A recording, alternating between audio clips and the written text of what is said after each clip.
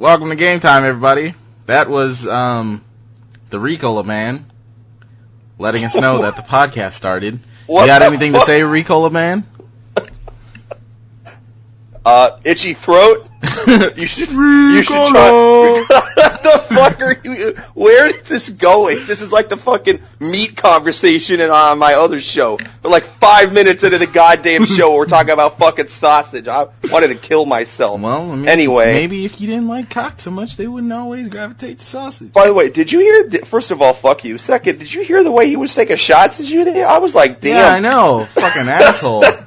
He's like, who the fuck is Angela? I'm like, I don't know, some nigga I know. I think he's just mad because he's like, how dare you do a podcast with other people? How dare you have friends besides me? I don't know why. I don't know why my voice of Jake is just Patrick. I was gonna say, fuck, doesn't can put your head in a bucket. Womboing, wombology. It's first grade, SpongeBob. Jake, do you have a question for the curtain call? Is mayonnaise an instrument? I'm Dirty Dan. Can we say people from Texas are dumb? No, you can't. Welcome to the SpongeBob Spongecast. Please, sir, I hope my bad breath doesn't, or no, I hope my ugliness doesn't dissuade you from watching this film. Not at all, boy!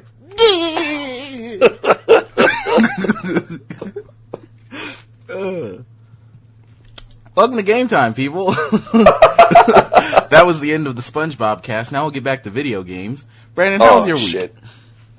It was fine. God, what did I do? I played a bunch of Battlefield 1 multiplayer. It's fun as shit still. We should play it. I started to play Thief. Thief? Oh yeah, wasn't that one of the free games or something? Yeah, it was a free game like 1,000 years ago. I think free was too much. It is not that bad. It's not great compared to the other Thieves. You want to play a Thief? Go play Dishonored. Oh damn! No, you did not. That's fucked yes, up. I did. Well, the voice actor for Garrett is the same voice actor who, well, now that he fucking talks for the goddamn it, Dishonored main character Corvo. There we go. Well, it was fine. I finally sold my car yesterday for way less money than I was wanting, but it's finally gone now. Weren't you asking for like $1,200? I asked for 12. I dropped it down to 1,000 because of the gas leak situation. Man, you're great at haggling, ain't you? Well, it gets better. Man. Oh, it fucking gets better. So, dude, text me like 12:30 Friday morning or Saturday morning, I guess, and he's like, "Hey, so how flexible are you on price? I'm just looking for a project car for my brother. How does 500 sound?" And I'm like, ugh. Go fuck yourself. I'm like, all right then. So he gets here with his dad, and he assesses the car. He drives it around. He goes, how flexible are you on price? I said, he goes, I'm not trying to screw you. I'm not going to tell you for like 150 or whatever. I am going to buy the car. I just, looking at the body and everything like that, I see there's a lot of work. How would you feel about 400? I said, okay. So I had to go to the DMV. I didn't have a title for the car. So I had to go to the DMV and get paperwork. So we did it. I come out and he goes, my dad was driving because he drove his van. His dad drove my Accord, and then his dad drove my Accord, and then I drove behind him. You have an Accord? What? I had an Accord. Oh, yeah. That's the car that was stolen. I was gonna go, yeah, Accord buddies, but then you had to be a bitch and get your car stolen and your gas tank punctured, and then go and sell the car after you found it.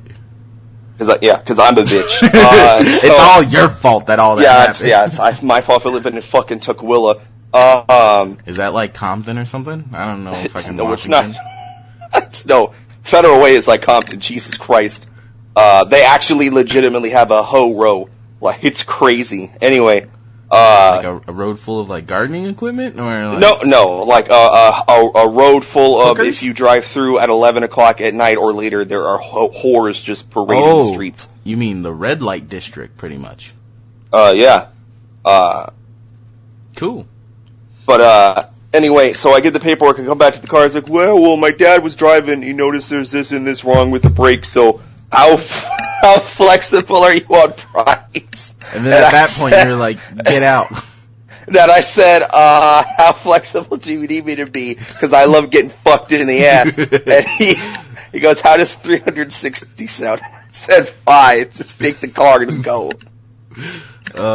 Man. So I took that money that I was going to take as a down. Like I was hoping to sell it for at least $1,000, so I'd take that money, put it down payment plus a car loan on a new car. But now I'm like, well, fuck it, I might as well spend this money. I'm going to go to a bank. Yeah, I have $200 to put down. All right, get the fuck out of here, kid. So I spent like 80 of it on Halloween shit last night, and I'm going to put the rest in my savings account. And starting tomorrow, I'm going to work on getting a car loan. So, hey. And then I got fucking drunk last night as shit. So if you hear me fucking pass, right? Still, I am very hungover. If I move more than a couple feet at a time, my stomach's like, "Is this it? Is this it?" And I'm like, "God, no." I wouldn't know what that feels like. For some reason, just the dudes on my dad's side of the family, we don't get hangovers. I don't get hangovers. My dad doesn't get hangovers. My brother doesn't get hangovers. Well, when we go to VidCon after we become a smash success on YouTube and other forms of media, I'm gonna take your ass drinking, and then you're gonna see what a hangover feels like. Oh, don't worry, Brandon. We're going to we're going to cons. Like I'm taking your ass to RTX next year. Oh, okay. And we're you know, right like across the street from where the convention center hall is, there's just like a street, literally a street. That's just a bar. I think I've been on a street before. It's like, oh, look, a bar. Take a step forward. Oh, look, another bar. Take a step forward. Oh, look, another bar. And it's the same thing on the other side of the street. That's 6th Street. And it's fucking awesome. Sounds like a good time. But anyway, that was my week. How was yours? You want to take a guess as to what I did all week? Oh, let me guess. Oh, I worked and I went home and went to sleep and never took the time to post a Let's Play. That sound about right? You don't have to be a dick about it. I'm sorry, I do all the goddamn work. Yeah, and that's why we split everything in the company 70-30. So I think that's more than fair. 70 and you get the 30. Though I'm thinking of renegotiating to 99-1. Interesting. That would imply I bring 1% of the talent, which can't be right. I mean, that's all you do. I bring at least 85% of that by myself. Oh, really? I think. Frankly, Angelo, I could do this show with a jar of farts. You do. It's called the Jake and Brandon.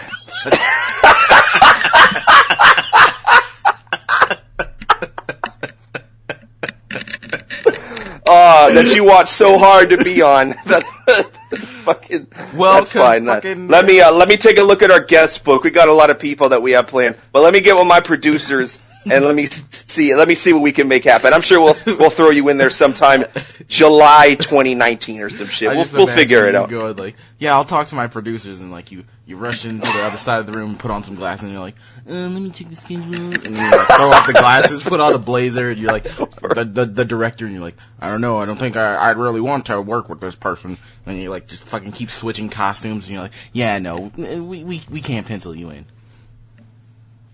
Yeah, sorry, it's a hard knock life. What can I say? We're a hot commodity.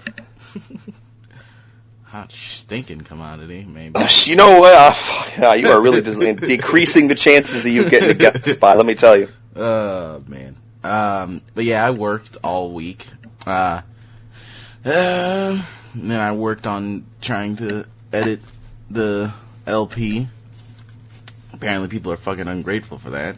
They're like, how dare you come home late and only be able to spend 2 hours trying to edit the LP, but most of those hours were spent trying to get the LP from your laptop to your computer because for some reason you just couldn't send it.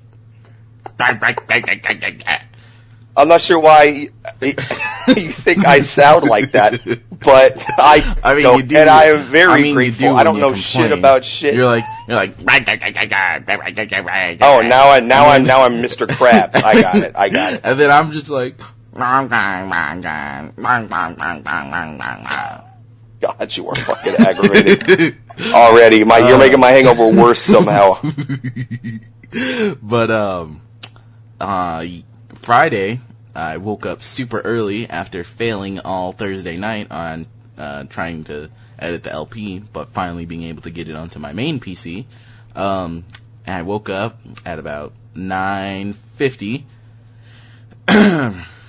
Fucking lazily threw some clothes on, hopped in my car, went to GameStop, and picked up Titanfall 2.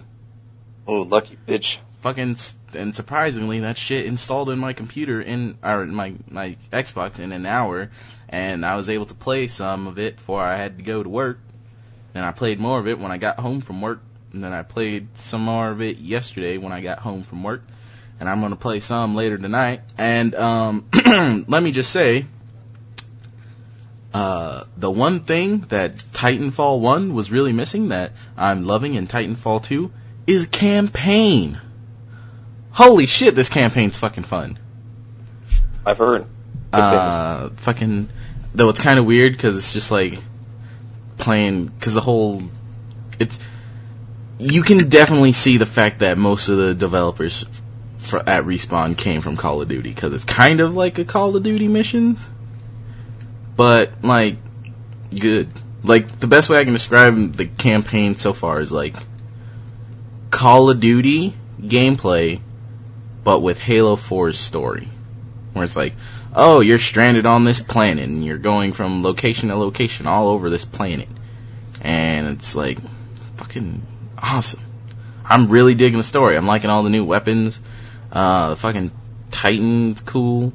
Don't really like the loadout thingies of how, so it's weird, and like, I was kind of expecting and like just wondering the whole time that Titanfall 2 was like being made and shit, of like, well, how are you going to, do like different weapon sets and when you're in the Titan on campaign, how are you going to do that? Turns out they're basically just going to have it like changing classes in multiplayer. You just push a button and it's like, choose your loadout, and it's like, oh, this is the gun, this is the abilities, and this is your Titan's special ultimate ability, because now Titanfall is basically a fighting game with that. But yeah, I was just like expecting, doing like classic FPS thing of like, oh, you kill this Titan, now you walk over its body and hold X to pick up this weapon, and that would have been pretty cool. That would have been cool. But this is also cool too, because I like the new variations of the weapons. Like, do you remember in original Titanfall there was the one Titan weapon which was like a grenade launcher that fired like 3 grenades like in a straight line, but then it shot it in a vertical line, but then if you zoomed in it was a horizontal line? Yeah. Yeah. Now, instead of a grenade launcher, it's just a shotgun. Oh, that's fair. And then there's an actual, like, grenade launcher Titan weapon that's, like, one shot, and it's, like, giant bouncing balls. But, well, not really bouncing, because, like, they have an arc, like, and then, like, they land, and there's, like, boom! But, so, basically a grenade launcher. I don't know why I even started with the bouncing balls thing. The ball and the grenades are round, got the hole, cream. No, Freudian slip, I understand. Go on. No, not Freudian slips. You'll know if I have a Freudian slip, because you'll be like, yeah, and so, Yves Guillemot, and I'm like, did you say penis? And you're pronouncing his name wrong. It's Yves Guillemot? No, anyway. It's Yves Guillemot. I said the exact same thing. No, you didn't. You said yes. Yves Guillemot. It's Yves Guillemot. Now I'm convinced you just swallowed something. Yves Guillemot? What the fuck? Move on before I get fucking fake ass language. Titanfall 2 is fucking good. I'm going to play some multiplayer later tonight. Have fun. Fucking why is they're having a problem with fucking servers or some shit? Oh no, I don't have the game. Oh, yeah, I that's why I said I, not us. Jackass.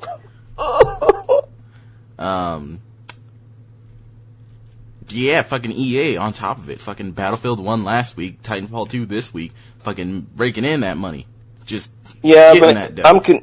I'm convinced they tanked Battlefield 1 servers on purpose last night for Titanfall 2, because I went to go play at like 8 o'clock before we went to the party last night, and so we cannot find, you're offline from the servers are down. I'm like, fuck off, I'm gonna go play Thief.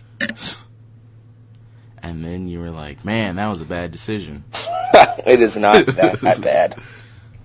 You're right. You've already played one of the worst games on Xbox One before. That's true. Which is what? I mean, you know it, because it's a word that's spelled incorrectly, like a Y doesn't need to be there. It's Rise. Oh, Rise or as it would be pronounced, because, you know, Reese. There we go. Reese Witherspoon. Game was not that bad. Well, it sounds like you had a fun week then. I'm glad Titanfall 2 was enjoyable. I'm liking the whole, kind of like, buddy cop aspect between the main character and the Titan. Like, there's one, campaign mission where, you're in this, like, facility where they build, houses for, test runs, like, you know, like, shooting ranges, like how they have the fake houses with, like, the, mannequins and, like, crash test dummies. They're building those, and there's, like, giant cranes that grab these, like, giant sections of ground and, like, put dirt and grass on them, and then slowly build, like the walls of a house, and then putting in, like, oh, here's the furniture and the mannequin and stairs, and it's kind of a cool aspect, because, like, oh, you're running on walls, and it's like, where's the next platform I have to jump to? You jump into the half-made house and just sit in a corner and hope you don't fall out. And then it's like, bringing it around, it's like, oh, but then, you know, you have to jump out at this point, because there's that spot where there's, like, a laser grid in a ceiling and that they rise it up to for some reason. Maybe it's to get rid of any bacteria for some reason, or something. It's like, how would we go about getting you off of this to fight in this little area right here where we got some people? Oh, we just fucking kill them. And if you're stupid enough to still be in there, you're dead. If not, good job! But, one of the, crane arms grabs the Titan, and he's like, yo, shit, what the fuck? Though it's more like, pilot, I can't get myself out of here. Help me. And fucking, during the loading screen between missions, they kind of got, like, a little log book of, like, a little, just, like, journal entry. And it's like, action. Attempting escape from arm. Attempt number 32. Failed. Reassessing situation. Attempt number 36. And it just keeps going. And then, like, after, like, a couple of levels where, like, you're out of the range of the radio, like, and you get back in range, the logbook just updates and it says, attempting escape attempt number 77. And then he's just like, because the whole reason why you're going through this facility is, like, your character's like, oh, is this like a shortcut or something? And he's like, affirmative. And so he goes, after like that attempt failed, he, like, the line just goes, reassess definition of shortcut. But yeah, I'm really liking Titanfall 2. Hoping maybe, I mean, I know it's going to be impossible, seeing as how it's 5 o'clock on a Sunday, and all the shit I'm going to have to do, editing the podcast, trying to edit the LP and get it up by tonight. I'm not going to be able to finish the story for this and do what I also want to do, which is go and beat Battlefield 1's war stories, but I'll just keep doing that thing that I keep doing, where I go like, oh, game, I can totally beat this in a week, and then a week comes by and I'm like, I only played like 3 hours of that game. But yeah, my life's sad. Moving on to the news. Alright, so, first little piece of news. Something that should have happened long ago. Oh god, here we go. Go get it over with. Turtle Rock fucking say. Finally in support for Evolve. Yes! Ching! Yeah, getting that piece of shit out of here. Would you stop? Right out the park. You are in the vast minority when it comes to your opinion. No, I'm actually not. I'm actually part of the majority. You're in the minority that's like, it's a good game. And it's a good game. The fact that it's like, oh, hey, if you bought this super expensive copy of the game, you get the first DLC monster for free. And it's like, everyone else is like $20, so go fuck yourself. And it's like, oh, and then it's like, oh, you bought the season pass? That's only for that one monster and 4 hunters. You want the other ones? Better drop some money. And then they just kept fucking doing that, and it's stupid. And it's like, they're like, oh, now we're starting Phase 2 of Evolve. The game's free to play. Yeah, woo! No one's playing. And it got 1 million players, like, in a day or some shit like that? The first fucking day, and after that, nothing. Well, I mean... And then so you're gonna sit there and tell me that every time we played the game, you didn't enjoy it? I enjoyed having fun with my friends, not playing the game. I hated the game. I loved shit-talking on people who were like, I want to be medic, but are very terrible at being medics. Hey, Soviet, shout out. What's up? I was having fun fucking being stupid with Anthony and just shit-talking you, and then me and you shit-talking him, and he's like, leave me alone. But yeah, that was like, I didn't have fun playing the game. I had fun interacting with people. I got you. But yeah, and then also a lot of people were like just done with Evolve, because they released too many fucking betas until they're like, okay, I know what this game is about. I've had my fill. I don't need any more. I won't buy the game. Well, it's an unfortunate loss. The game was good at doing what it did well, but I can see why people were worn thin with it. In my opinion, it wasn't any worse than Left 4 Dead or Left 4 Dead 2, but for some reason people love those games so much, but it's all good. We'll talk about that later. It's kind of okay. On a different news topic later.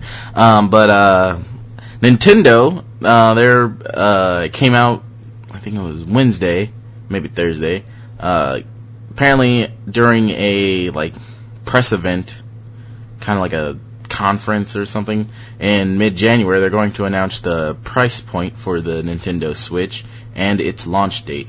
But seeing as how they've gone on record before saying that it's going to be March 2017, all we need is the specific date. I feel like that's not too far from now. Yeah, I know.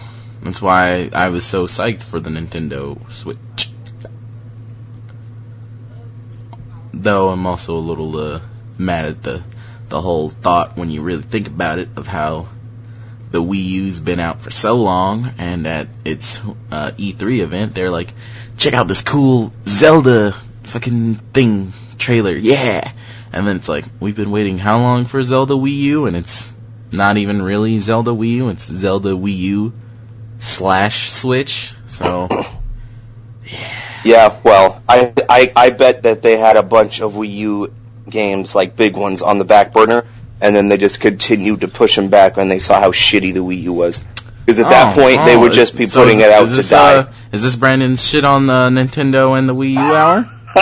I didn't know I pulled into the station already. Well, I'm not even going to engage you. Fucking, what's the next news item? Speaking Good of Zelda, for Nintendo. Speaking of Zelda, Legend of Zelda Breath of the Wild may have direct sequel-like connections, or more like borrowing some stuff from the original Legend of Zelda.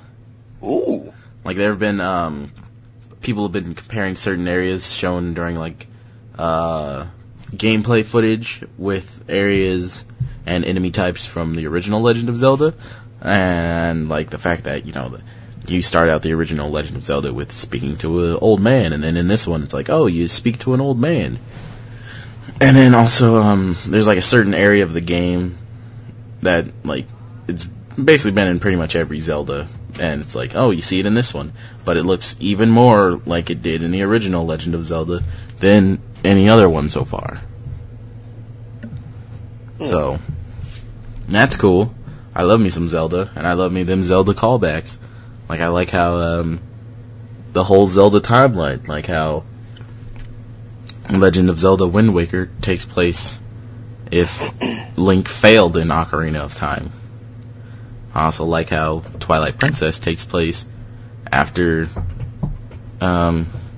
Majora's Mask. Link is like, I defeated Ganon, and I defeated Majora, and I went on to become a great warrior, and then I died, and then there was a new Link who looked just like me for some reason. You know, reincarnation and all that hoo-ha. And I showed up as like a undead ghost, and I was like, yo, let me teach you some sword moves. So yeah, Zelda connections.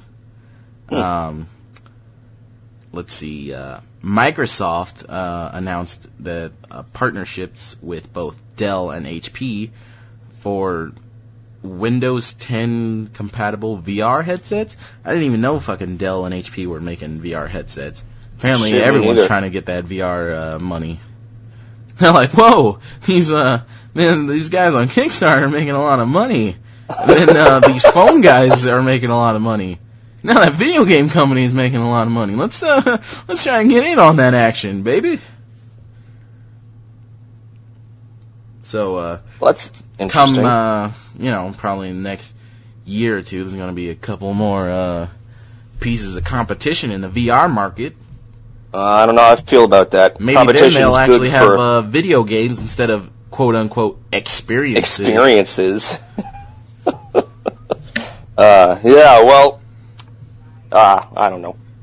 That's I'm worried that too many products is going to saturate the market and give people more of an opportunity to have a bad experience with it. But we'll see what happens. I mean, I've actually been thinking as of lately to getting a Oculus or a Vive, or as my friend calls it, because he's used to the fact of being Canadian, the Vive.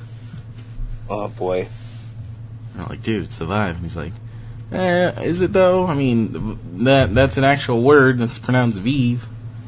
And we're just like, shut up. But yeah, I've been thinking about it. It's kind of interesting.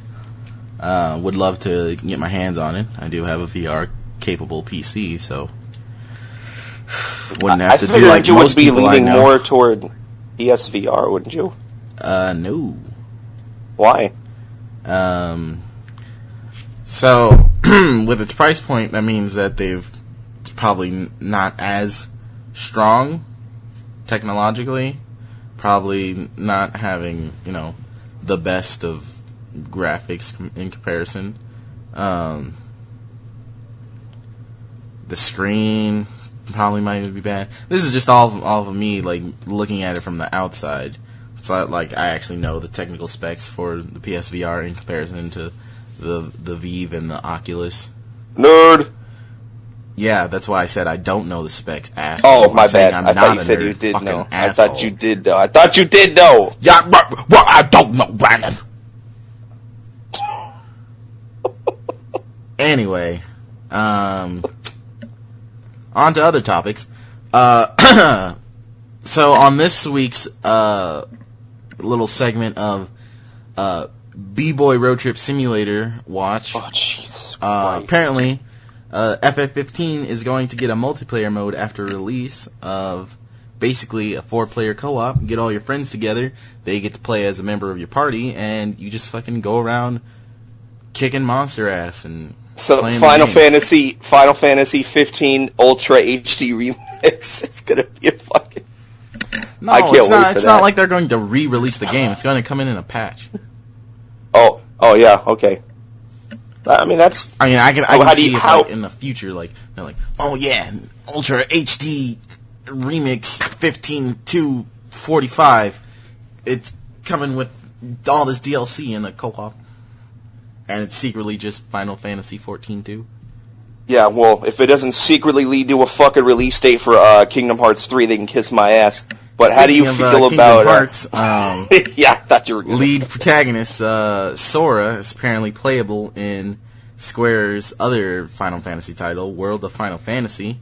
So now they're like, oh, we've had all these Final Fantasy characters in Kingdom Hearts. Let's, have a Kingdom Hearts character in Final Fantasy.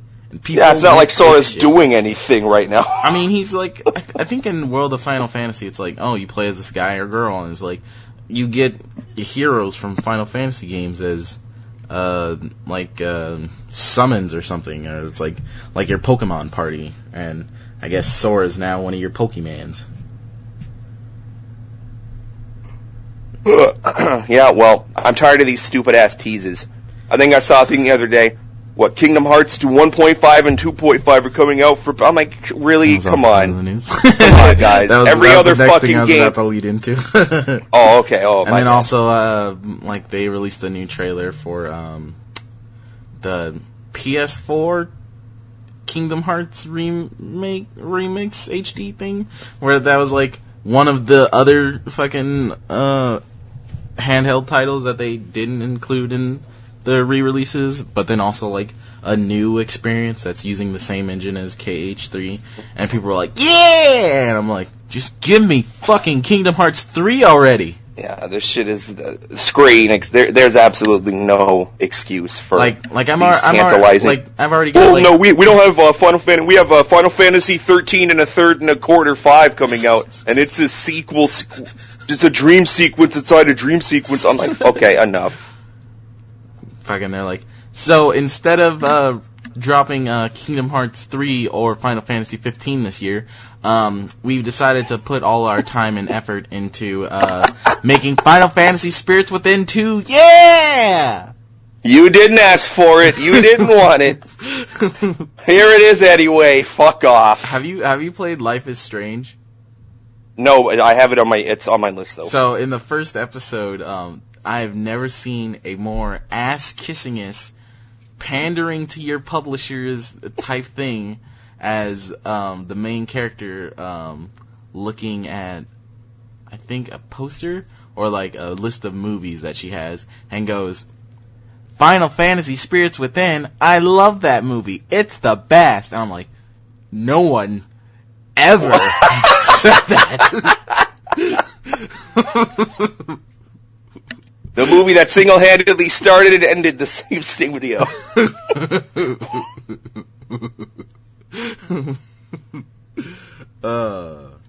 R.I.P. Square Movies. Or whatever the fuck they called it. Though the Final Fantasy 15 movie, that one was pretty good. Oh, what, King's Glaive? Yeah, the end of the movie takes place I guess 30 minutes before, but also during the beginning of Final Fantasy 15, and explains some story stuff. And so I'm like, that's cool. Though I wish they, got the same actors from the movie to reprise their roles for the game. Like, how would you not love Sean Bean playing your dad? Oh, it's only in the movie though. Well, isn't he just in the movie? Yeah, that's what I'm saying. I'm like, it sucks that. Well, so I'm Bob. I mean, I guess it doesn't matter then if it's not. But I see your point. True. Next, apparently, Destiny players are fed up about the current state of the Trials of Osiris Challenge DLC thingy, and some stuff about that. I don't really know. I don't really give a shit about Destiny. I only put this in the news so I could talk shit about Destiny. I'm still fed up with the fact Destiny's still thinking it's relevant, or it's even an actual tangible game. Jesus Christ. Oh, yeah, sorry, Brandon, I forgot to tell you. We got on the train at Brandon's shit talking about Nintendo, and went to the next station of Angelo shit talking about Destiny. Fuck that piece of shit game. Shit. I'm right behind you on that train, and yeah, boy, I was so pumped. I think that was the first or second game. I bought Destiny, and I bought Shadow of Mordor. Remember when we were playing it together and we're like, yeah, this is so not fun. What? Yeah, and we simultaneously were like, this sucks. Apparently, Alex swears up and down the game is much better now, and I keep meaning to go in and at least try it, but I'm so pissed off that I bought a game for $60 and got $20 worth of content. I was so mad. Hey, Brandon, I could begin to tell you about why the game was relevant, but I don't even have time to do that, so. Oh, God. I don't have time to tell you why we don't have time. Let's bounce. Oh, okay. Man, that's Writer's Room 101. Holy fuck. That's what happens when the main guy who writes your game leaves halfway through development and you don't have a We can't go with that story anymore. Well, maybe they won't notice that there's massive story threads left in this game. It's like everyone's playing the game and there's just like duct tape all over everyone's faces and they're like, what's this doing here? Anyway, moving on. Hey, Brandon. So, let's just pull up. I would do it on my computer, so that way everyone could hear the clickety-clackety of my keyboard, but I don't feel like opening Mozilla Firefox, so to Safari on my phone I go. Let's take a look at the list of systems Minecraft is currently on. Let's see, you got Microsoft Windows, you got Mac, Linux, Android, iOS, Windows Phone, Xbox 360, Xbox One, PlayStation 3, PlayStation 4, PlayStation Vita, the Raspberry Pi, I don't even know what the fuck that is, the Universal Windows platform, don't even know what the fuck that is, Wii U, Game Boy Color, N64, Etch-a-Sketch, and now the Apple TV. Oh my God. Enough! Please, God! Stop! I the feel game like is not fun. Stop. It's fun in small doses if you're playing with the right people and playing certain dumb things. Like if you're so is Russian roulette. But you know what? I don't really like taking the time to do that either. I have the same piece that you have in Destiny. I have a Minecraft. Shout out to the Deer Hunter reference I made. Shout out to the Deer Hunter reference you made. I do a spot on. I do a spot on one. You do a spot on shitty Christopher Walken. I'm like, no one. Wow, I really fucked it up.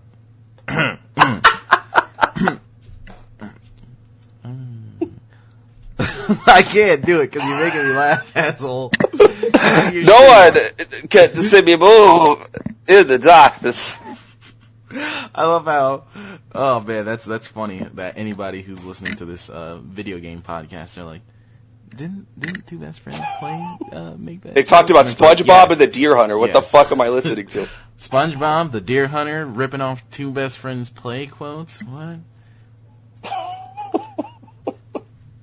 Anyway, Minecraft, Apple TV, so if you've got an Apple TV, go fuck yourself. If you have an Apple TV and have not played Minecraft somehow yet. I know, like... I don't understand. It's on the top... Do you understand? I listen to like 3-4 video game podcasts. It is on the top 10 selling list. Somewhere on the list. Near the top or on the bottom. Every single week. Who the fuck is left that hasn't played this fucking game? There are kids that are like 5 years old when I'm walking in the street hearing them talk about Minecraft. Oh, no, Brandon. I know kids who are like 2, don't even know how to walk, still shit their pants, but they're like, Minecraft. Creeper. Just stop. Good for I'm happy Microsoft bought it, whatever. But stop. But fucking stop. I don't think... When's Minecraft 2 coming out? Never. I don't think they can wring out the fucking Minecraft rag of all of its juices anymore. Like, it's just fucking dust coming off, like... And they're like, you think we can get it on it to anything else? I don't know, Jim. Let's try. Well, no, they still have VR to go to, so that's going to be the next announcement, I'm sure. Oh, God. No, they already did that, remember? That's old news, Brandon. Oh, my bad. They've been, like, when the Oculus was still, like, in early development, and they're like, oh, yeah, we got our developer kit. fucking they went in and it was like, yeah, now you can play it on VR. Yeah, woo. Oh boy. Though, let's see, what else could they put it on now? Let's see, lamp. Minecraft for lamp. You turn it on and it's like, you dropping blocks. It's like Tetris, but with Minecraft blocks. So they're just, all going straight down and landing. And then, let's see, you got Mike Keurig doesn't have Minecraft on him. Maybe that. Yeah. You know what they will probably end up putting it on? Like, I'm calling it now. Fucking October 30th, 2016. Within the next 2 to 3 years, I seriously believe they will probably have Minecraft playable on those new smart fridges that have fucking LED screens on them. Oh yeah, I don't doubt it. Oh man, that's silly. Now on to another game series I kinda don't give a shit about anymore. Pokemon Sun and Moon. They're Nintendo's biggest pre-order ever, apparently. You have got to be fucking kidding me. I wish I was. I thought maybe, literally anything else would have been, but no, I was wrong. But one cool thing about it is, in it, we'll see the return of OG trainers Red and Blue. Or as their new designs look, Fuckboy and Surfer Dude,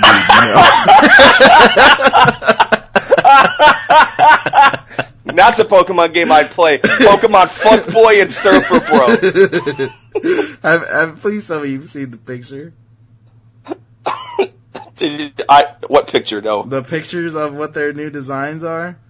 Oh no, let me go. Man, let me look it up on my phone. I'm gonna send it to you. Oh God, you are gonna love this.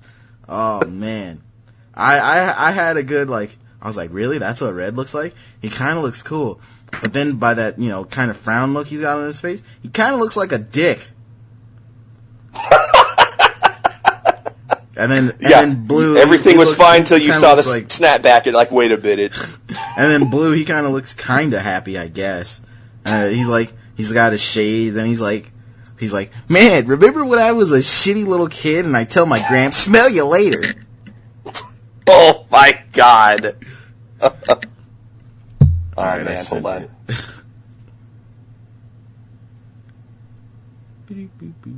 God.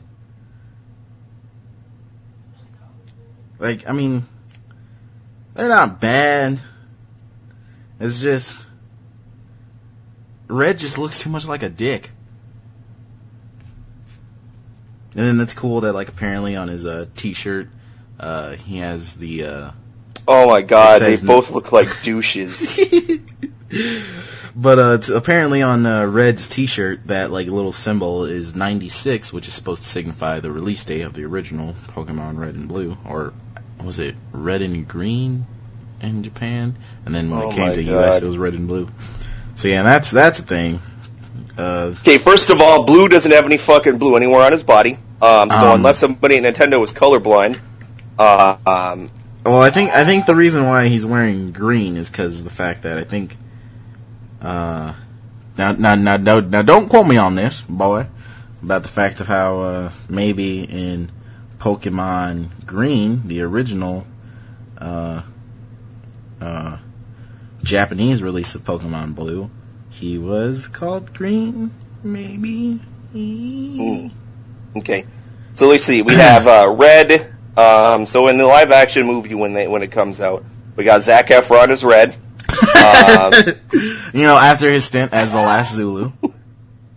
No, of course. And Dave Franco is Blue or Green or whatever fucking color. Oh my God, that is so fucking perfect. So let's get Nintendo on the phone and tell them we found their fucking stars. Let's go. And then they'll have Adam Devine as Brock, and let's see, maybe Anna Kendricks as Misty, And then to play Professor Oak, aka Gramps, as Blue/Green would call him. Who's an actor who's old? Let's go with I mean, he's got to be, because, it's Stephen Lang. I was gonna say, because it's the U.S. and every one of these actors has to be beautiful, even if they're old. It's like Professor Oak is played by Brad Pitt. Oh my God. And then let's see, Team Rocket or Matthew McConaughey, and he's just like, yeah, man, all right about these Pokemon. They're pretty cool, right? Team Rocket is Seth Rogen, Danny McBride, and Will Arnett. Who's who in that? Doesn't matter. They're all interchangeable. Funny. I was gonna say, like, maybe have like either who's a big female comedian? Amy Schumer. Amy Schumer is fucking. No, yeah, Amy Schumer, Seth Rogen, and we can have fucking Kevin Hart as Meowth.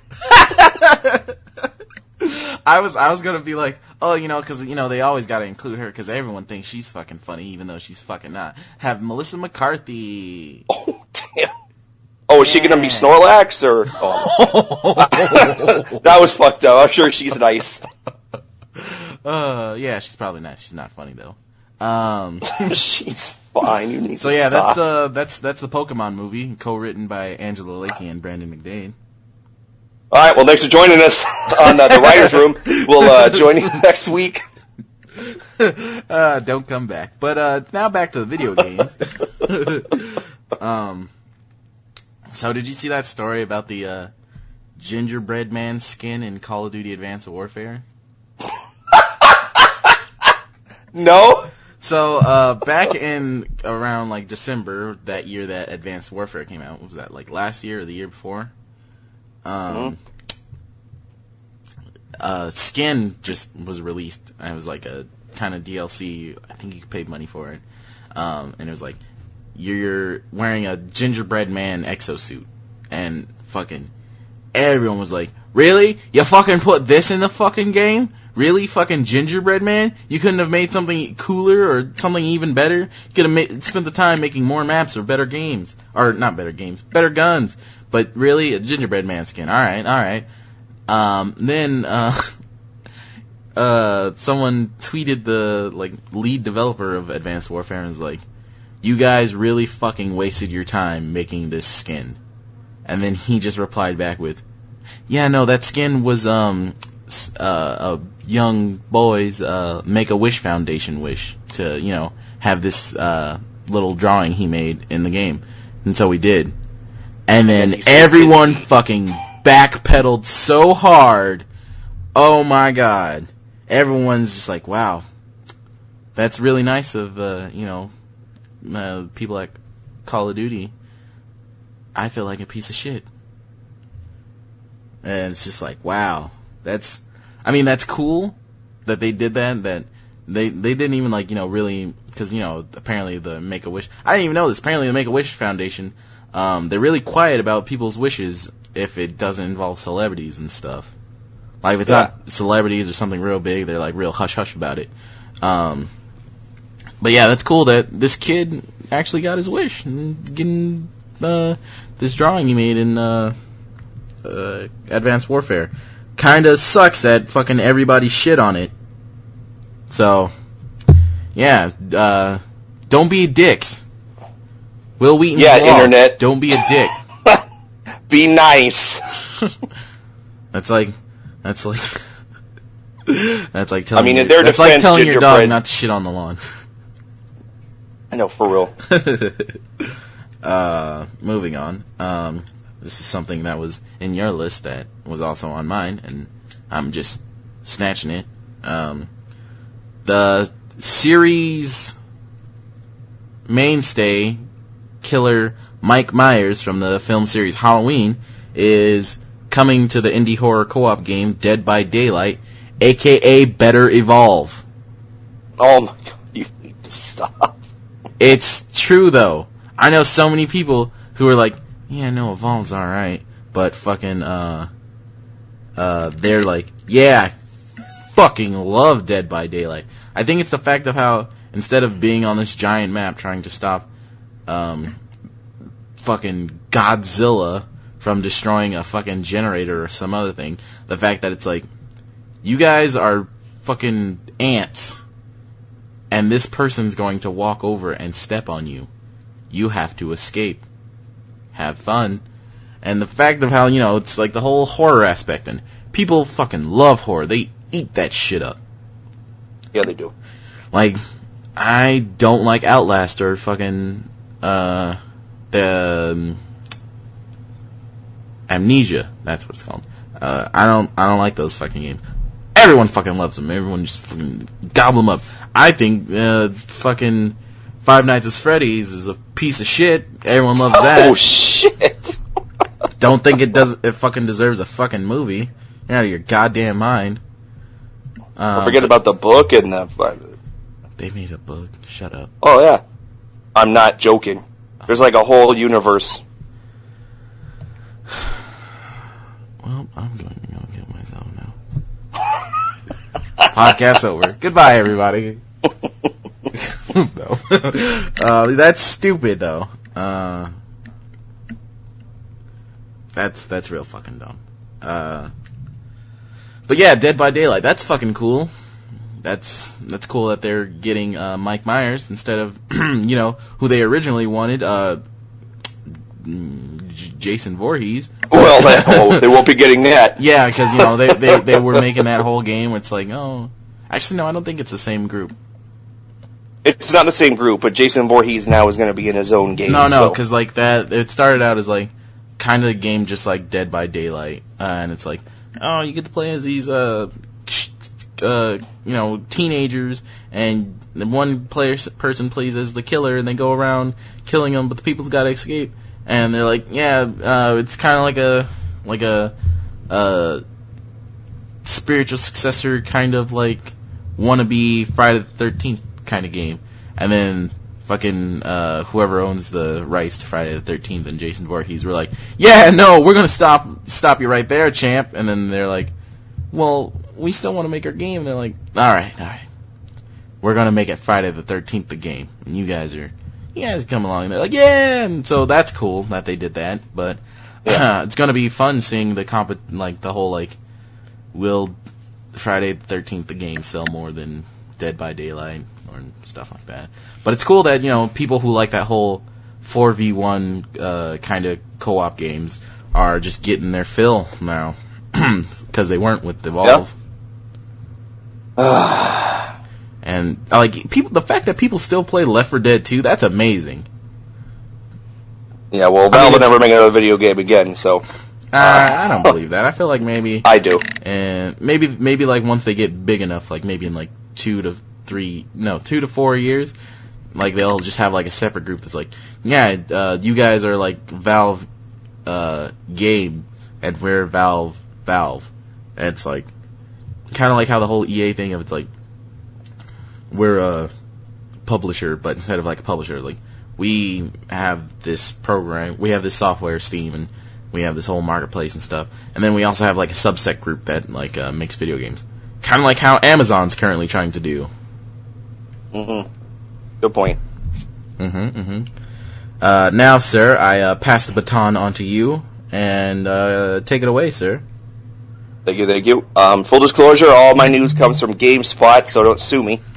Mine came GameStop from, is selling Game Informer, IGN, and I want to say Polygon, maybe Kotaku. Right. I don't remember. GameStop is selling its stock of PSVRs much faster than expected. GameStop Senior VP of Merchandising Bob Puzon made the following statement about the sales. Quote, PSVR is off to a great start at GameStop, having already exceeded our early expectations. Due to the popularity of the system with our customers, we have received additional units for holiday, end quote. Given the positive response the games and the VR device itself have received, healthy sales are likely to continue into the holiday season. So, I know we talked about PSVR a couple weeks ago, back before it released, but we did. It was, so I'm not really surprised. It seems like everybody seems to be enjoying it. It is I don't know if it's because people are talking about it more or whatever, but it happens to be the device I'm hearing the most about, and those things have been mostly positive. I think the only complaint is what you said, is that most of them are experiences, not really full games. But it's early in the life cycle of the device, so I'm sure that'll change eventually. Yeah. Let's see. Next, Bethesda has released some additional information for the upcoming Skyrim Remastered. In the FAQ post by the company detailing mod support, Bethesda confirmed mods will have 5 gigabytes of space for Xbox One and only 1 gigabyte of space for PS4. As file sizes in Skyrim lean toward the small side, this may not be too much of a limitation, but it is interesting the size difference between the two consoles is so large. Also of note, the PS4 will not allow mods that use outside assets. Bethesda took a shot last week at Sony in regard to mods, saying plainly the company was holding back any effort to allow mod support on the console at all, at which point Sony announced it would indeed allow it. Skyrim Special Edition is out. So yeah, you know the like super weird thing about when Sony came out was like, yeah, no mods for Fallout 4 and none for Skyrim, and then like after like people were like, why Xbox has it, why can't we? And then finally like, oh, it's fine, fucking bullshit. Is the fact that I don't know if you remember a little game that came out on the previous gen consoles called Unreal Tournament, I think 2009. On the PS3 copy of that game, you could, I shit you not, go onto the, I want to say Nexus or just any like mod page for that game, download mods like one that changes the entire game into Super Mario Bros, put it on a flash drive, plug it into your PS3, and fucking it'll work. Whoa.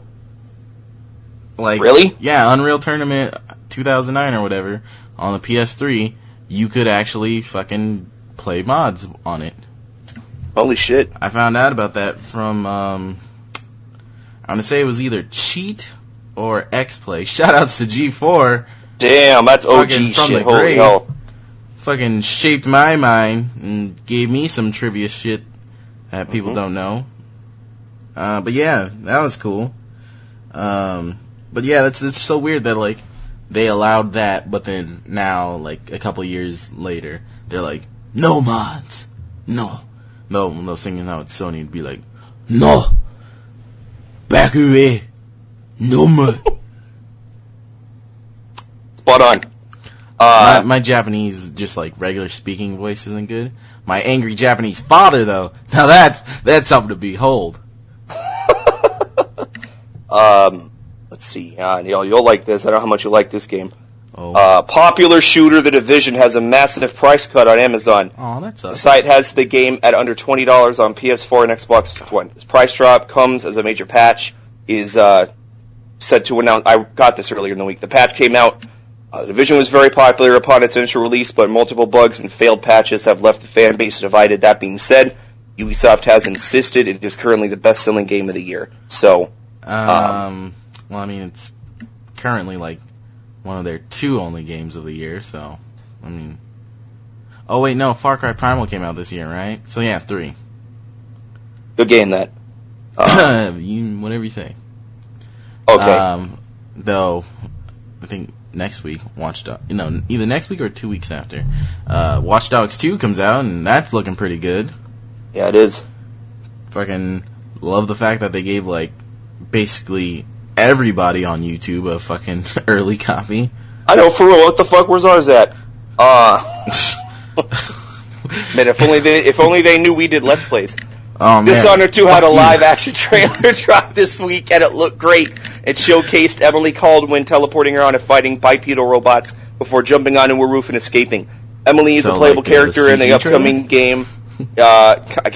Emily is playable along with Corvo Atano, the protagonist of the first game. Dishonored 2 comes out November 11th. So you want to know something cool about Dishonored 2? And it's like probably the only interesting thing about it, that, in my opinion, because I don't know, I'm not really, I mean, Dishonored 1 already, I was like, meh, about like, I mean, don't get me wrong. Don't get me wrong. It was a fun game to play. I had a good time replaying it like 3 fucking times because I was just like, I don't know why, but I want to stealth, and then I want to fucking kill everybody, and then I want to stealth without being seen. But But yeah, Dishonored 1 was really just meh. Like, the story was but back on topic, the cool thing about Dishonored 2 I found out, apparently, if you choose to play as Emily, you can just straight up be like, yeah, no, I don't want the magic powers. So have that little extra limiter on yourself to make the game even harder. Fuck that. No thank you. Like I bet they'll be like, oh yeah, do the Corvo run, without being on full stealth, do the Corvo run without being seen, full stealth. And then there's the Emily one where it's like, yeah, do the Emily one, do the Emily one with stealth, and do the Emily one with stealth without being seen. And then there'll be like the even fuck you one. It's like, yeah, do the Emily one with no magic, with full stealth, without being seen. And it's like, fuck you. Fuck a hard mode. No, I don't think that's hard mode. That's like fuck you mode. Fucking snap your game disc in half mode. That's for all the streamers out there who think games aren't hard anymore. Speaking of games, survival game The Tomorrow Children has gone free to play. Okay, after launching on the. I saw this little on the doc. I saw that you had this news thing. What the fuck is The Tomorrow Children? This is the first time ever hearing of this game. It is a survival resource gathering game. Oh, it's a DayZ clone. It has like a Soviet and 1980s Cold War Soviet vibe to it. Oh, so yeah, after it's a specifically even more so a DayZ clone, but instead of zombies, it's the Cold War. What is there zombies in it? I don't think so. Oh, is it just like Cold War? Like, oh. I don't know. I don't know the details in the game. I knew it wasn't very. After launching on the PlayStation Store for $20, the game was met with Oops, hello. My phone just turned off. Hold on. Met with consistently bad reviews, citing the gameplay loop as the main culprit. The $20 Frontier Pack is still available, which includes Bourgeoisie Papers, Level 1 Arms License, Level 1 Tools License, Eagle Corp Jetpack, 3 avatars, 500 Freeman dollars, and a PS Plus exclusive costume. The game is available now on the PlayStation Store. So, it was not met with very good reviews, and I think the game's been out for maybe a month and a half, and the fact it's already free to play is very telling. But the fact I've never heard of it is very telling. So yeah. I don't know if you have any opinions on that. No, because I've never even fucking heard of this game. I'm still trying to look up shit. Like, how did I completely miss this? I'm surprised. There were like 3-4 podcasts to listen to, and it got mentioned. Oh, okay. I remember this game. This is the one that they showed off at E3 last year. That was like a Minecraft clone. And everyone's like, "Yeah, that looked interesting." Shame about that. Yep. Yeah. Next. But if you want to play a good survival game in Russia, go play Escape from Tarkov. That's what it's called. Yeah, go play that. That's a good one. That's literally just a DayZ clone, but it's more of like good. I thought you were going to say like Metro. Oh yeah, that's also good. At least the first one. I haven't played the second one. Second one's good. Classic Neo Geo games are coming to PS4. Woo! Called the Arcade Archive Neo Geo series. It will kick off on October 27th with King of Fighters 94. Yeah! Metal Slug, Alpha Mission 2, and others will join later in 2017. It'll be interesting to see how popular this program will become, and if it will encourage other companies to do something similar. So that's kind of cool. I never really played these games. However, I did play one of the Metal Slug games on my 13th birthday party that we had at the skating rink that I invited my entire class to, and none of them came. Next. Wow, the Neo Geo only had real good, is fucking SNK, man. Fucking love me some SNK. Fucking Fatal Fury, gotta love that Terry Bogard. Burning! You got Art of Fighting, Samurai Showdown, King of Fighters, love me some KOF, except the newest one. That one looks like, it should be on the PS2. Damn! Metal Slug, and a bunch of other cool ass shit. Yeah. But yeah, And then SNK had to be fucking stupid and be like, yeah, now we're just gonna make pachinko slot games. And then they finally like, oh yeah, we're gonna make video games, and they made the new KOF, which I hear plays okay, and it looks like dog shit. But yeah, better they try working. Though I gotta give them the benefit of the doubt on that, because apparently the reason why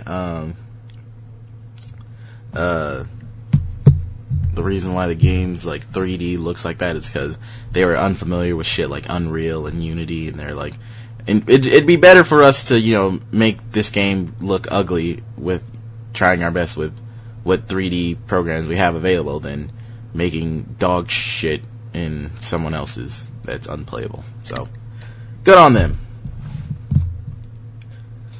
Don't want to watch it at Evo. God.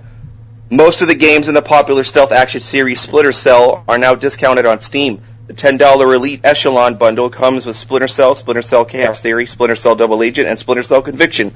Oddly, Splinter Cell Pandora Tomorrow and Splinter Cell Blacklist are missing from the collection, but each is available online on the site for like less than $10. Which one was the one without Michael Ironside?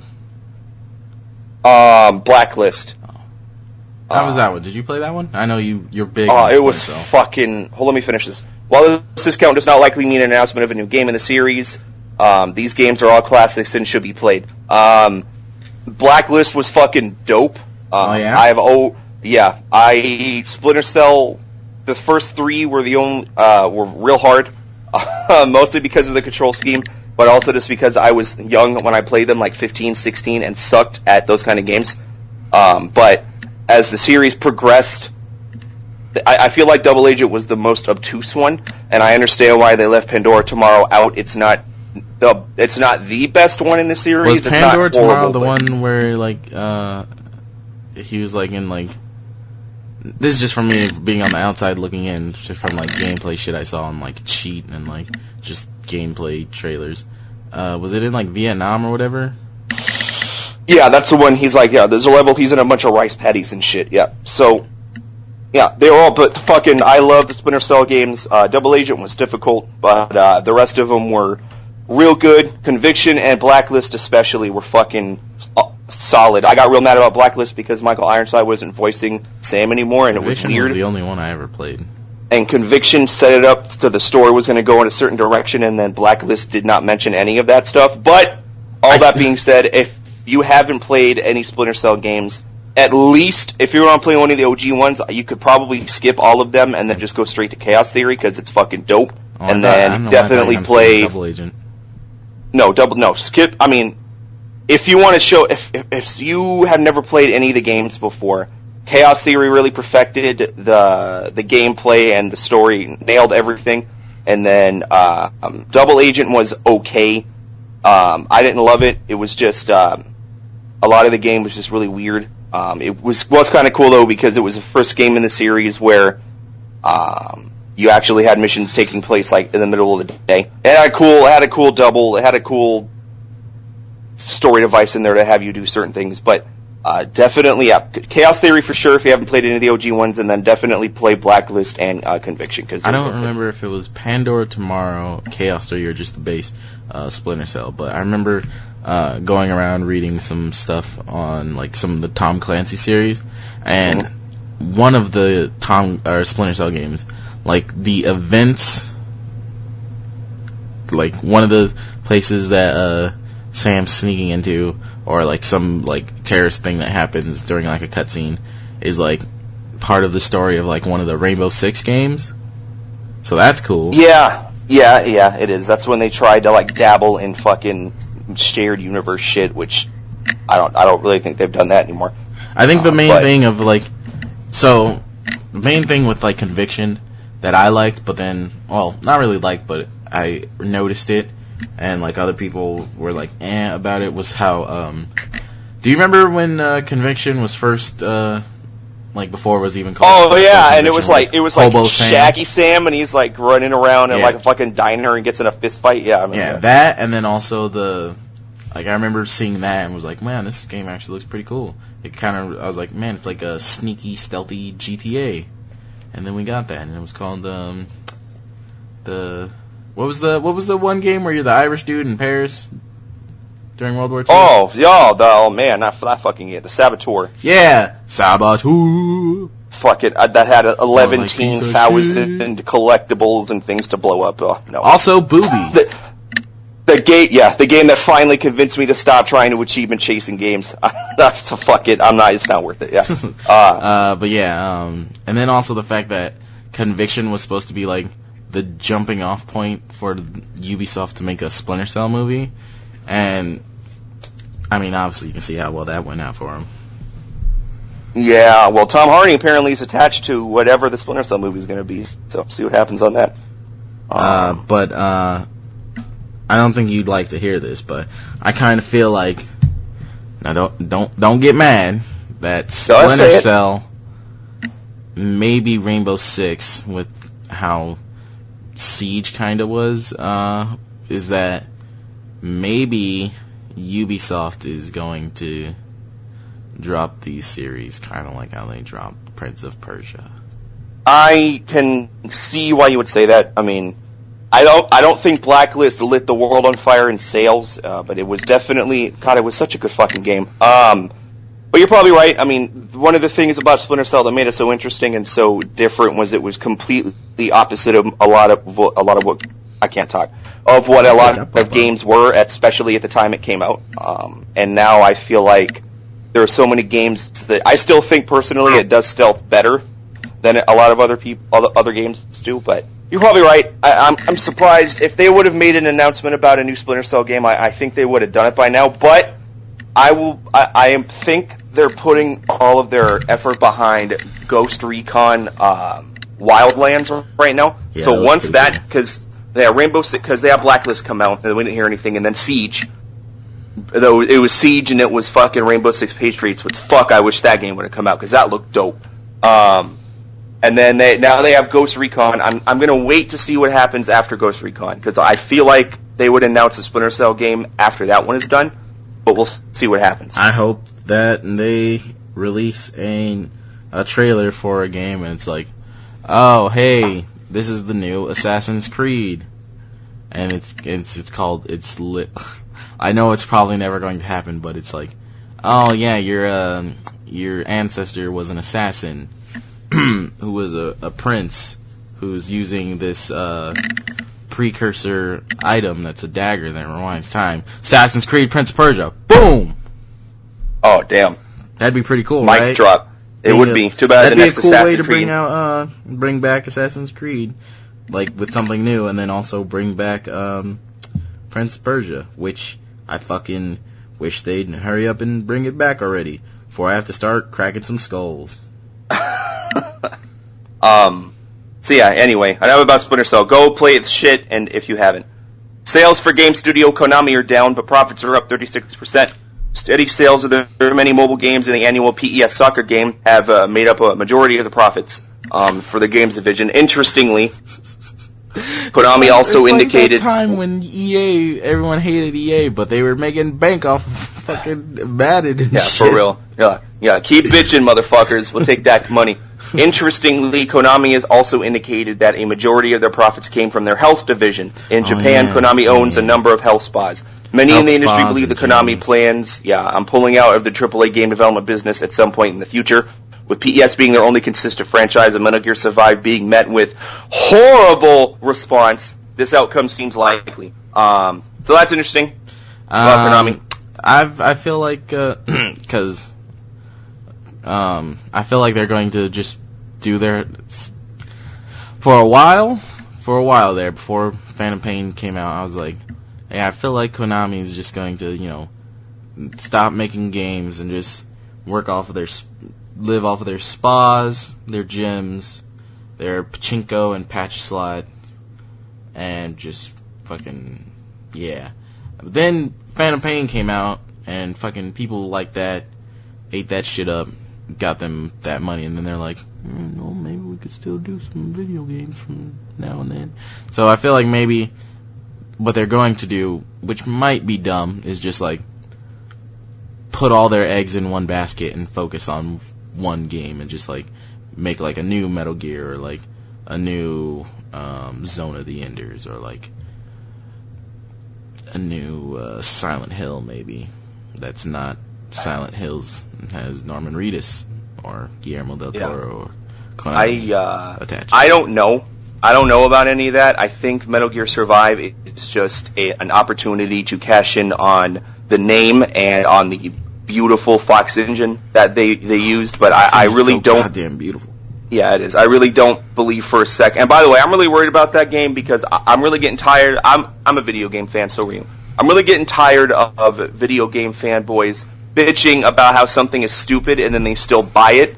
And then at the opposite end of the spectrum, which we've talked about on the show, where they'll whine about wanting a new game in a series and they won't buy it. So they don't buy the games they want, but then they buy the games that they don't like because I want to see what it is and I'm curious, blah, blah, blah. But anyway, I'm keeping a close eye on I see that, but I feel like in recent time of the rise of like game videos on YouTube, like LPers and streamers and all that now people are going to like, we're probably going to see a decline of people going like, well, I just wanted to buy the game to see what it played like.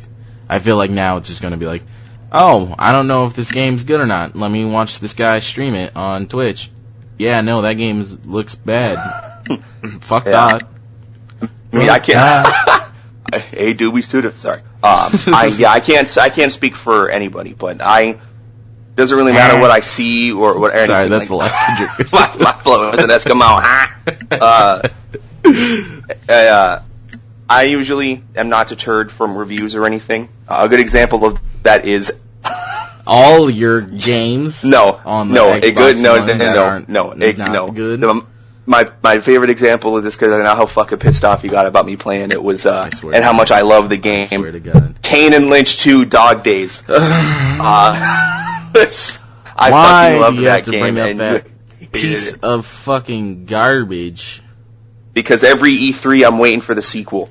Keep waiting, motherfucker. Yeah, okay. Release to consoles. The people that are waiting for the movie with Bruce Willis and Jamie Foxx. Yeah, I gave up on that shit a long time ago. That'll come out right after the Uncharted movie. Released to consoles in September. Sure it is. Free-to-play MMO Star Trek Online has reached 1 million players across Xbox One and PS4. Though not providing details on how often players log in and what the attach rate is, clearly the game has struck a nerve.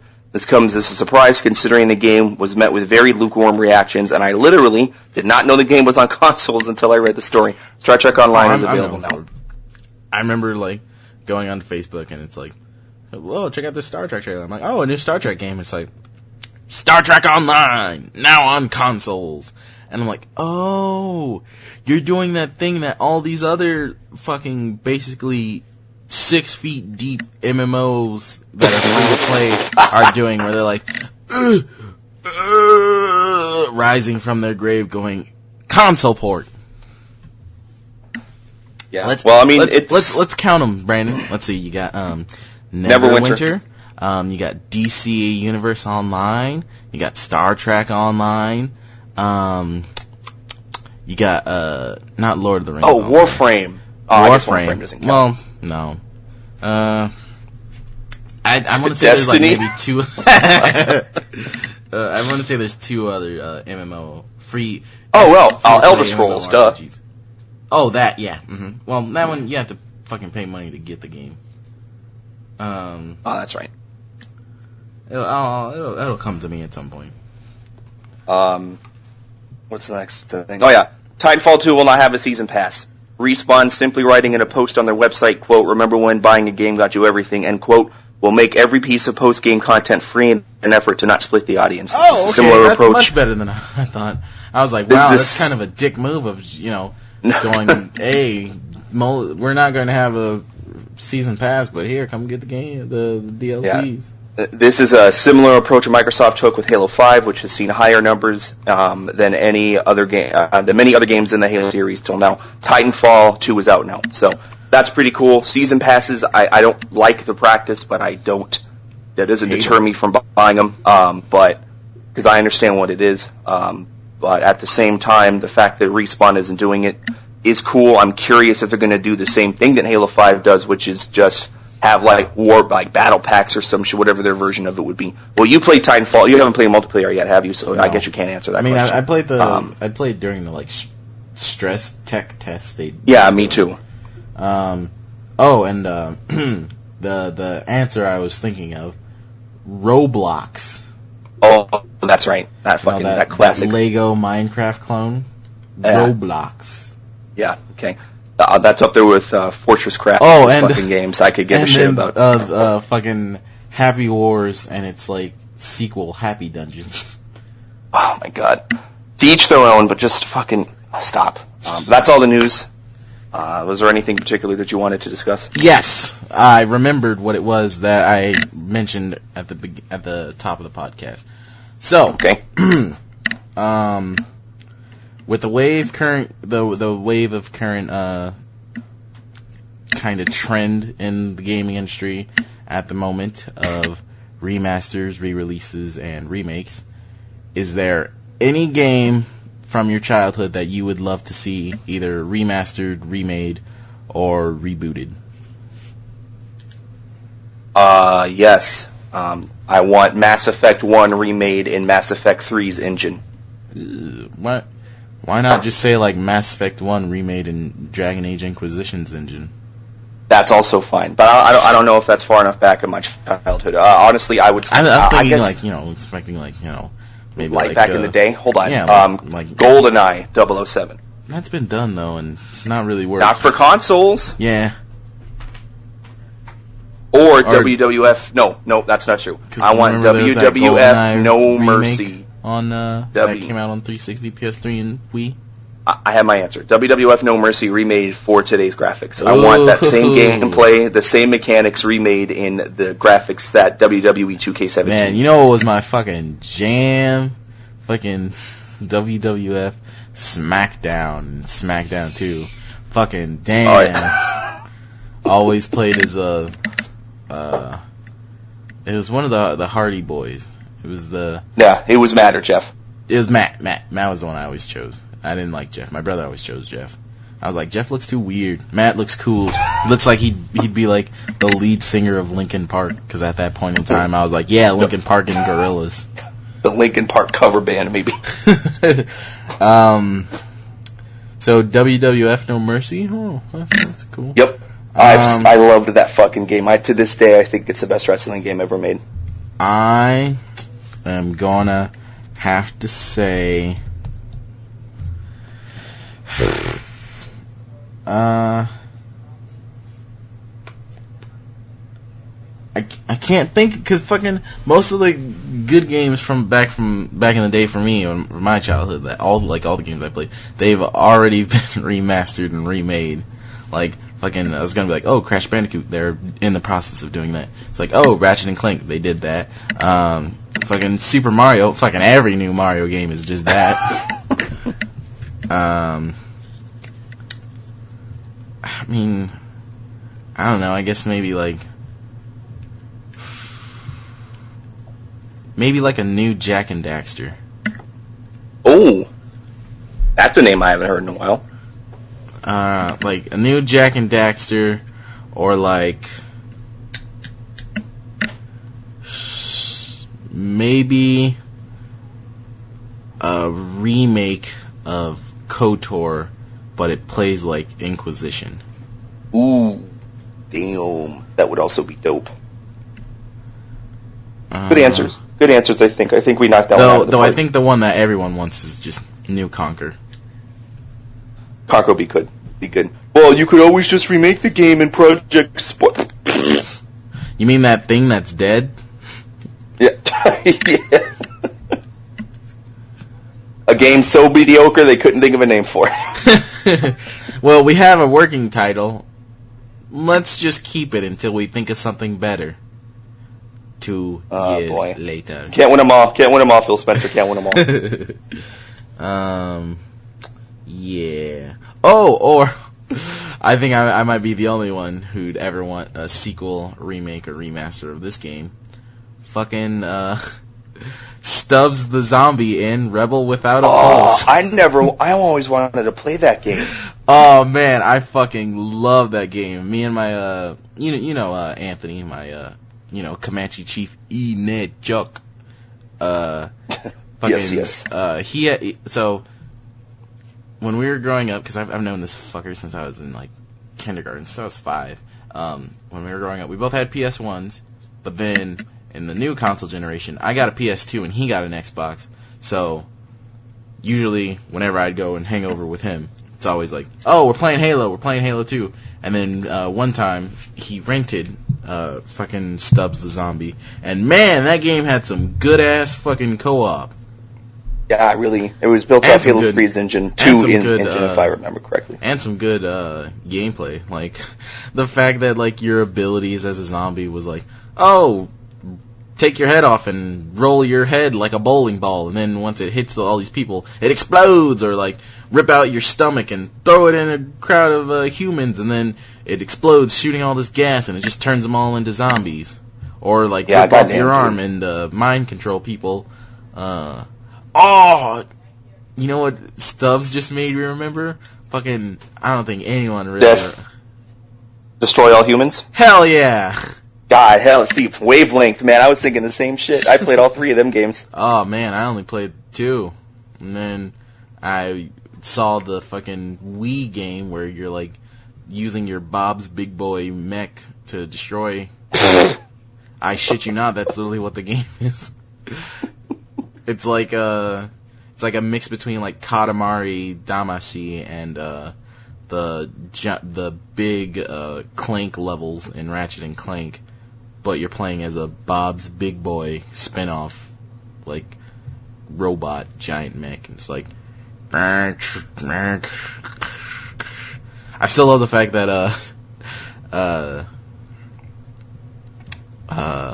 the crypto scientist buddy was voiced by the dude who voiced Invader Zim and, Raz and Psychonauts. That's right. Because that came out, like, during the height of, like... of Nickelodeon when like fucking Invader Zim was still on the air, and like I think I'd just gotten done playing Psychonauts, like maybe like that same year, and I was like, yeah, destroy all humans, and then I heard his voice and I was like, oh, it's the guy. Good times. Yeah, those games are pretty funny. Just Stubbs is definitely a game I always wished I had played. It always looked good, but I just never got around to grabbing it. Yeah, because you didn't have a... If Phil Spencer's in the mood of fucking doing reboots and shit, he fucking reboot that. You didn't have an Xbox, huh? You had a PS2, right? I had an Xbox when I was a kid, but I wasn't allowed to play certain games, and Stubbs was 100% one of them. Oh. So... I still... Yeah. Even though I don't really kind of like... dancing and or QTE games, Stubbs the Zombie's like little dancing boss fights were fucking good. Where you're like playing like remixes of old like 50s songs. Like, oh man, I still fucking listen to them to this day. Like I want to say it's Mr. Sandman by Death Cab for Cutie. That's a good song. I'll have to look that up. Yeah, it's good. Because it's not like the whole... I mean, it still has that, but then it, like, fucking cuts to, like, a sweet-ass guitar riff, and he's like, Mr. Sandman, bring me a dream. Well, I think you just found the song to use for our outro. Yeah, I'm definitely going to use that now. So, Brandon, what are you looking forward to this upcoming week?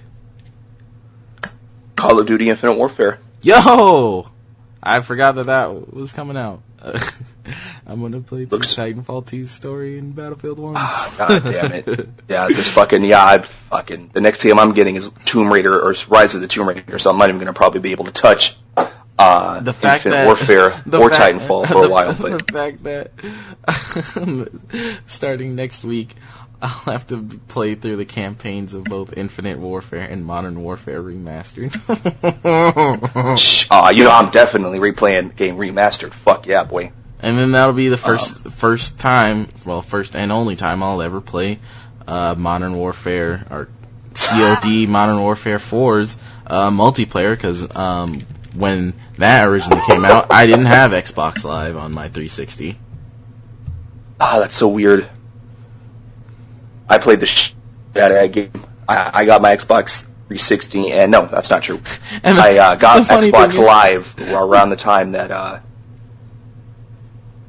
You what? Oh, well, I was going to let you go. You first, Brandon. No, go ahead. Oh, the funny thing is that I didn't even have Modern Warfare 4 for, Call of Duty 4 on my fucking 360, because, my friend from when I was growing up, shout out to my nigga Xavier, yo, what up? Fucking, we'd always go over to his house because he had a PS3, and fucking he had, Modern Warfare, and fucking that was like all we ever played. Like, we'd either play the campaign and watch that shit, or fucking, we'd, be playing, multiplayer, like 4 players on like different maps, just fucking each other up. Yeah, also, I'm looking forward to he's playing that. the reason why I even played the first Uncharted. He bought it, and I think for his birthday, and then like just that night we fucking played through the whole thing. Like, we played through it, got through most of it, and then went to sleep, woke up the next day, and like finished it. But yeah, what were you saying about Modern Warfare? Oh, I'm excited to replay that part where the fucking nuke goes off and your crispy ass starts crawling out of the Sing helicopter. that in should probably fucking look pretty beautiful savage. HD 1080p 60 FPS. Yeah. Gonna be beautiful.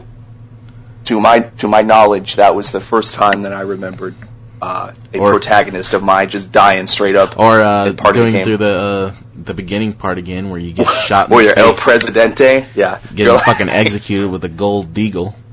Yeah. What a fucking Saddam Hussein. Wearing his who just gets killed beret. Just killed in the middle of a cutscene like it's no big deal. That fucking dude. I always forget about that. I was like, "Where's General Sadiq?" Oh, he's dead. They like talked about it like when Modern Warfare remastered, like those on the PlayStation, if they pre-ordered it, they got access to the game like beginning of October or like into September. Apparently, during that I was about to say no Russian. What's the sniping mission? All Gillied Up?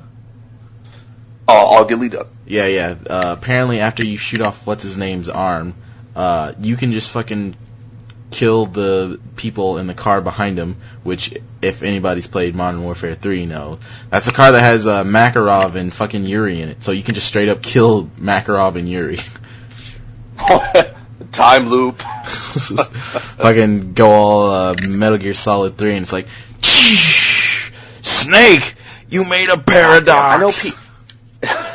I know people give the game shit, but I am probably one of the few people that plays Call of Duty for the stories, and I thought the Modern Warfare stories are like good. I didn't really have a problem fucking with them. psyched for Infinite Warfare. Like, Brandon, how long have I told you since like Advanced Warfare like was first announced to when it came out was like the only way they can move forward from here is if they just fucking straight up go into space. But I was expecting like Call of Duty Mass Effect, but this is cool too. I like the whole like military sci-fi future stuff, like kind of like Titanfall, but that's beyond the point, or besides the point, not beyond it. Yeah, it'll be fun to play Killzone again. Yeah. Oh man, funny thing about Killzone, everyone thinks that you're playing as the good guys. Technically, you're the invading people that are like, oh yeah, you guys wanted to, not be a part of our union? Fuck you. Yeah. We're going to invade and kill you. Yeah, those are all fun games, all 3 of them. Well, one was real slog, but the other two were fucking dope. Or did you not play Shadowfall? I don't have a PS4. I didn't play Shadowfall. Oh. I played Shadowfall. When I had a PS3, I played through a bunch of I played all the Uncharteds. I played all the the Resistances.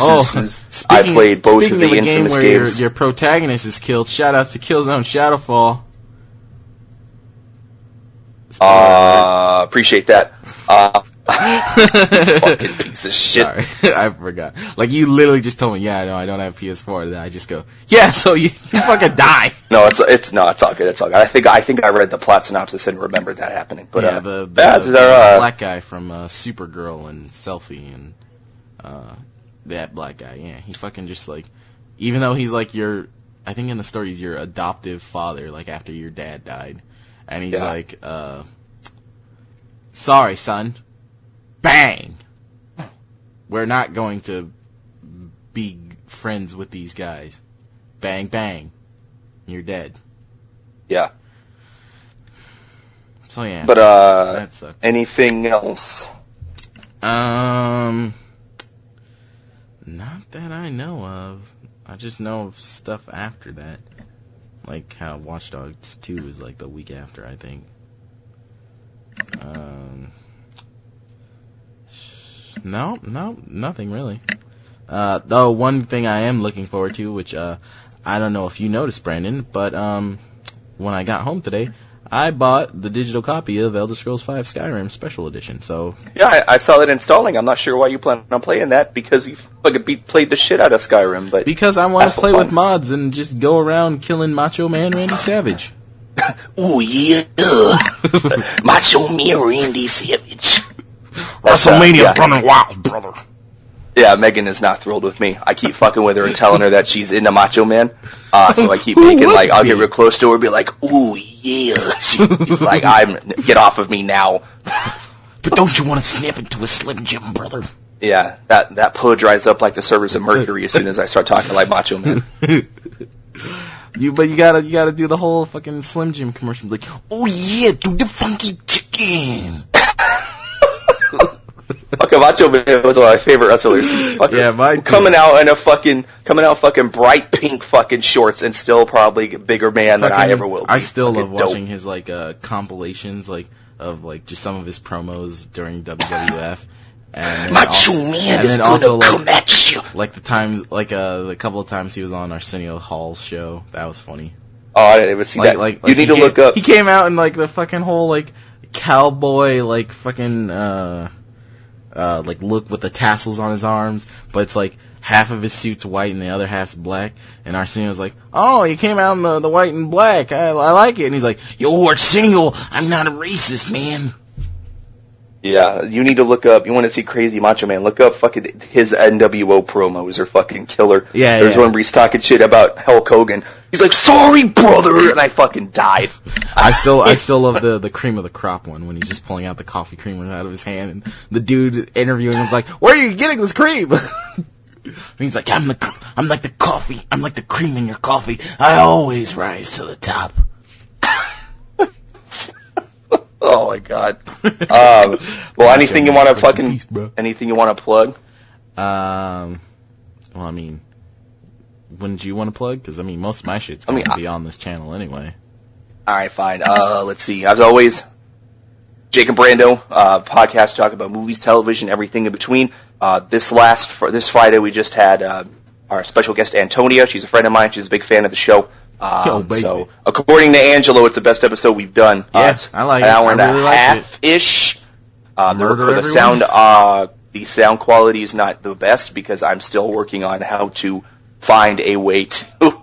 I'm working as the producer / director / writer / secondary talent. So I'm trying to figure out how to do all this shit. But that being said, listen... I don't know why you switched programs. Just stick with Audacity, man. I told you, I used Audacity, but I tried using a different thing that I thought would make it so that we could have two mics playing at once, and it didn't work. So all the sound was coming out. I had my headset plugged into this thing. I thought it was a splitter, but that's why you can hear me so well, because I have my headset on, and everybody else is talking toward me. Near the end of the episode, I took the headset off and put it in the middle of the table, because I know how sensitive this mic is, and I figured it could pick everybody up, but I haven't listened to it all the way through yet, so it probably didn't. Wait, anyway. So do you just use your fucking Xbox mic on Jake and Brando? We'll talk about that later. I don't think anybody wants to hear this shit. Sure. Jake and Brando, look us up on YouTube. We don't have any video content yet, but we are working on doing that. We want to start doing Let's Plays, we're also on SoundCloud. If things go well, if things go well, they'll also be on iTunes soon, because I'm going to walk Brandon through doing that. Kind of like how this podcast is now on iTunes. We're fucking making it big, baby. Goddamn right. Goddamn right, but that's all my shit. Anything else? Check out the channel for our LP that I'm going to get up at some point. Editing is hard. I am not a smart man. But I do know what love is. Jedi. But I guess it'd be more like Johnny. I mean, I was listening to a podcast yesterday, a podcast that Megan really likes, and they were talking about Gamer. Remember that awesome movie? Oh man, do I? Fucking best fucking $20 I ever spent. This woman was talking about, I remember her name is, she was talking about John Leguizamo's character in the movie, and she's like, he reminded me of like Forrest Gump, kind of like a beloved slow, and she said person, but just from beloved slow, I think I'm going to change my brother's name in my phone to that. Beloved slow? Yeah. And then when you first realized that your beloved was slow, you were like, oh, there were some shears dead. There were some shears dead. Talk about an inside joke between the two of us. Everyone's like, boy. Shears? Ted? Who's?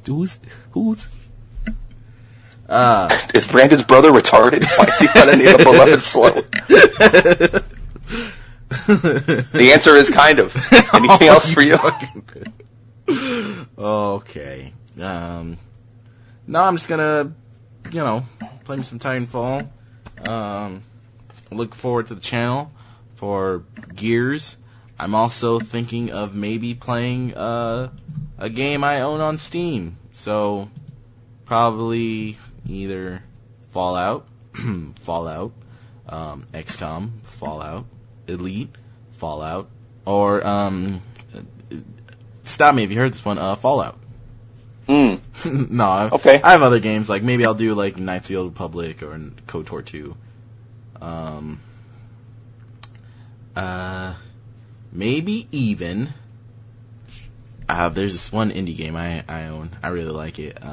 It's called VA-H11-A, or Valhalla, which is a Papers, Please type game where you're a fucking bartender in a cyberpunk future.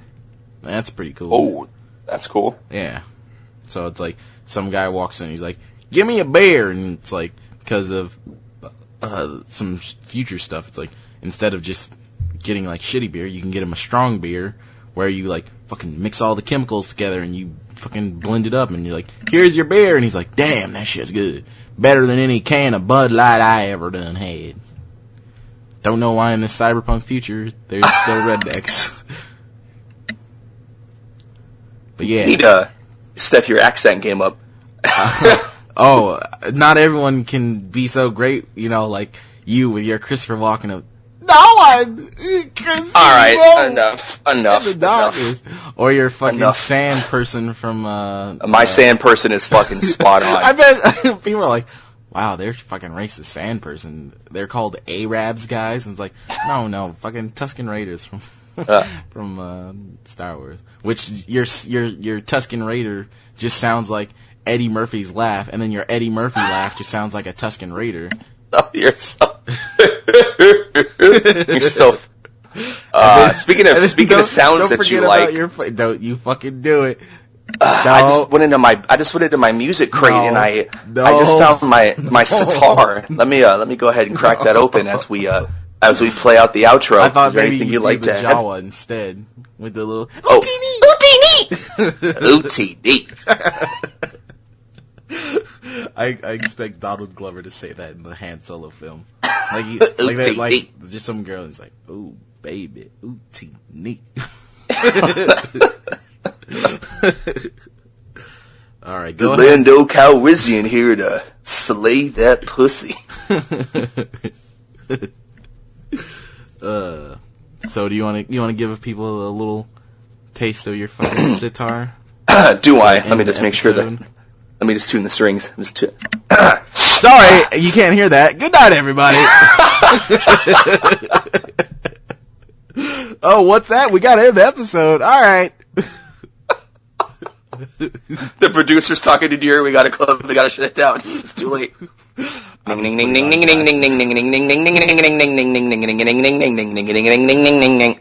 go. One of the strings broke, so I gotta fix it later. I'm sorry you guys caught that through my mic. There was a dirt bike going on in the background. Meanwhile, someone was playing the fiddle and the banjo at the same time.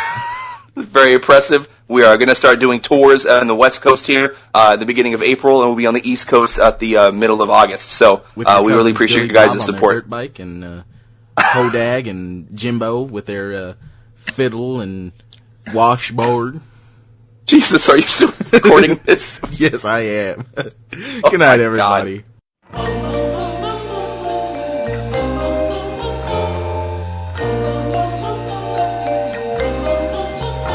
Mr. Sandman, bring me a dream.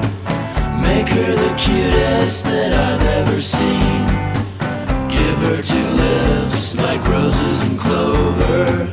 Then tell her that her lonesome nights are over.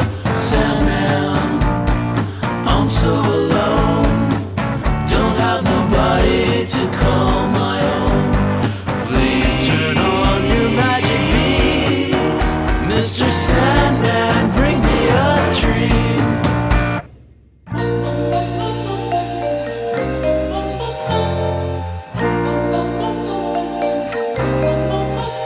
Mr. Sandman, bring me a dream. Make her the cutest that I've ever seen. Give her the word that I'm not a rover. Then tell her that her lonesome nights are over.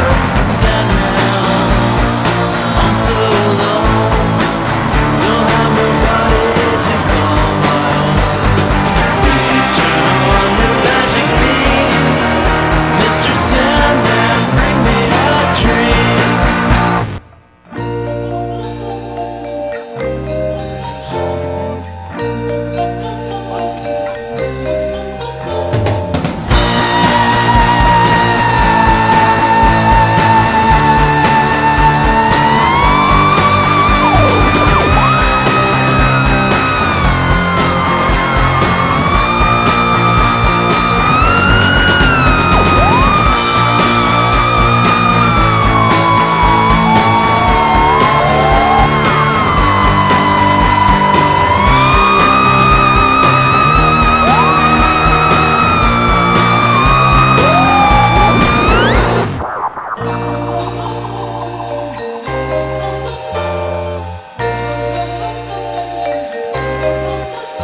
Mr. Sandman, bring us a dream.